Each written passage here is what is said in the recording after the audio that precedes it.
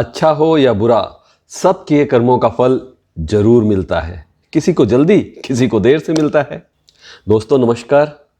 आज मैं आपको एक नहीं बल्कि दो दो कहानियां सुनाने वाला हूं। हाँ, ऑफ कोर्स ये कहानियां होंगी बहुत छोटी छोटी। अगर समझना चाहेंगे तो जीवन के कर्मिक चक्र का पूरा मनोविज्ञान इन दो छोटी सी कहानियों के मूल में है। और कहानी के अंत में आपको सरप्राइज भी होगा और मज़ा भी आएगा। हाँ, कुछ लोगों को हो सकता है कि कुछ दुख भी हो। तो आपको किस बात पर मज़ा आया या किस बात पर दुख हुआ, कमेंट बॉक्स में कमेंट करके ज़रूर बताइएगा। मैं लाइफ कोच सरस कमल और ये है संभव होपोनोपोनो हीलिंग चैनल। मैं लॉ ऑफ अट्रैक्शन और लाइफ स्किल्स सिखाता हूँ। आपको मेरे साथ लॉ ऑफ अट्रैक्शन सीखना है तो डिस्क्रिप्शन में दिए गए लिंक के जरिए हमारा व्हाट्सएप ग्रुप ज्वाइन कर लीजिए। टाइम टू टाइम हमारे फ्री कोर्सेज की डिटेल्स भी आपको वहाँ मिलती रहेगी। और साहब, एक काम इन कहानियों को सुनने से पहले कर दीजिए। इस प्यारे से चैनल को सब्सक्राइब कर लीजिए, बेल आइकन को दबा दीजिए। बहुत ही इंटरेस्टिंग और जानकारी भरी वीडियोज़ आपको यहाँ लगातार मिलती हैं। तो अब मैं सुना रहा हूँ कहानी नंबर 1। एक बड़े बिजनेसमैन सुबह सुबह तैयार होकर अपने ऑफिस के लिए निकले। लेट हो गए थे इसलिए हड़बड़ी में थे। जैसे ही कार का दरवाज़ा खोलकर कार में बैठने लगे, ध्यान नहीं रहा, उनका पाँव गाड़ी के नीचे बैठे हुए कुत्ते की पूंछ पर चला गया। कुत्ता बुरी तरह से बिलबिला गया दर्द से, और इस अचानक हुए हमले के कारण उसने पलटकर सेठ जी के पाँव पर काट लिया। और अब दर्द से कराहने की बारी सेठ जी की थी। दर्द और गुस्से में आकर सेठ जी ने आसपास पड़े हुए कई पत्थर उठाकर उस कुत्ते को मारे। लेकिन दर्द और गुस्से में मारे हुए पत्थर और कुत्ते का भाग्य, एक भी पत्थर कुत्ते को नहीं लगा। सेठ जी और गुस्से में पागल हो गए। सेठ जी को तुरंत डॉक्टर के पास जाना पड़ा। अपना इलाज कराकर, इंजेक्शन लगवाकर और डॉक्टर की हिदायतें लेकर सेठ जी किसी तरह ऑफिस पहुंचे। बहुत लेट हो गए थे। उन्होंने बोर्ड मीटिंग बुलाई हुई थी अपने मैनेजर्स के साथ, लेकिन उनका मूड ऑफ हो गया था। रह रहकर अब भी उनको कुत्ते पर गुस्सा आ रहा था। उनका बस चलता तो वो कुत्ते को गोली मार देते। तो मीटिंग में किसी से मामूली कोई चूक हो गई। आमतौर पर सेठ जी इस तरह की चूकों पर ध्यान भी नहीं देते थे, लेकिन क्योंकि आज उनका मूड खराब था, उन्होंने सारे मैनेजर्स को और अपने मातहत सभी सीनियर स्टाफ को बुरी तरह से लताड़ लगाई। और मीटिंग खत्म होने पर सारे मैनेजर्स जब बाहर निकले, उनका भी मूड उखड़ा हुआ था। सेठ जी ने बिना किसी वाजिब कारण के आज सबको डांट दिया था। तो अब जो चीफ जनरल मैनेजर थे, उन्होंने दोबारा अपने नीचे के मैनेजर्स को डांट लगा दी और अपनी भड़ास निकाल ली। और अब बाकी मैनेजर्स ने भी अपने अपने डिपार्टमेंट में अपने अपने स्टाफ, नीचे के स्टाफ को जाकर झाड़ दिया।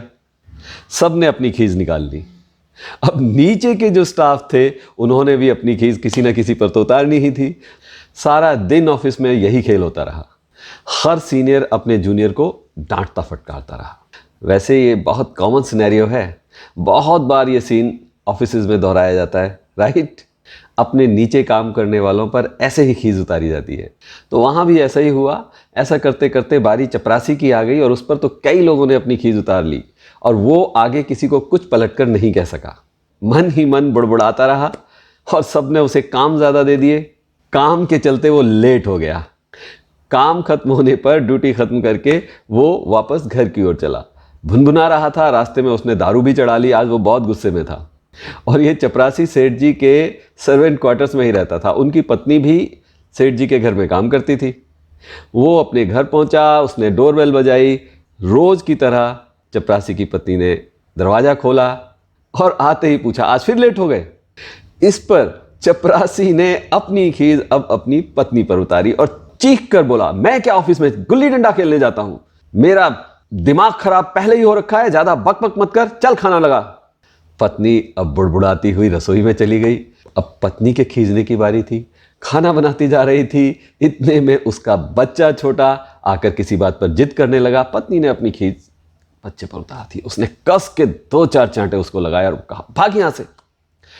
बच्चे ने घर का माहौल बिगड़ा हुआ देखकर सोचा कि भली इसी में है, तो वो भुनभुनाता रोता कलपता हुआ घर से बाहर निकल गया। बाहर जाकर उसने देखा कि कुत्ता आराम से लेटा हुआ है। उसने अपनी खीज उस कुत्ते पर निकाली। उठाकर 2 कस के पत्थर उसको मारे।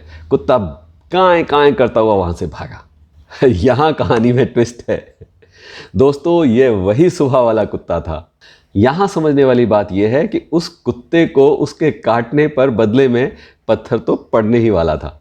केवल समय का फेर था। फर्क सिर्फ इतना था कि वो सेठ जी के हाथों ना होकर इस लड़के के हाथों लगा। क्या इसी को कर्मफल नहीं कहते हैं? कर्मिक चक्र। इसीलिए दोस्तों, अगर कोई आपके साथ बुरा कर दे, आपको चोट भी पहुंचा दे और आप उसका कुछ बुरा ना कर पाएं या चोट वापस पलट के उसे कुछ ना कह पाएं, तो भी निश्चिंत रहें, उसे चोट तो लग कर रहेगी, बिल्कुल लगेगी। जो आपको चोट पहुंचाएगा उसका चोटिल होना भी निश्चित है। कब होगा, किसके हाथों होगा, ये सब आप यूनिवर्स पर छोड़ दें। यूनिवर्स अपना काम लगातार कर रहा है, बिना रुके, निर्बाध, निरंतर, ऑटोमैजिक रूप से, अपने आप होने वाले जादू की तरह। और अब कहानी नंबर 2। एक लड़का अपने किसी काम से जा रहा था। रास्ते में उसकी नज़र एक बागीचे पर पड़ी।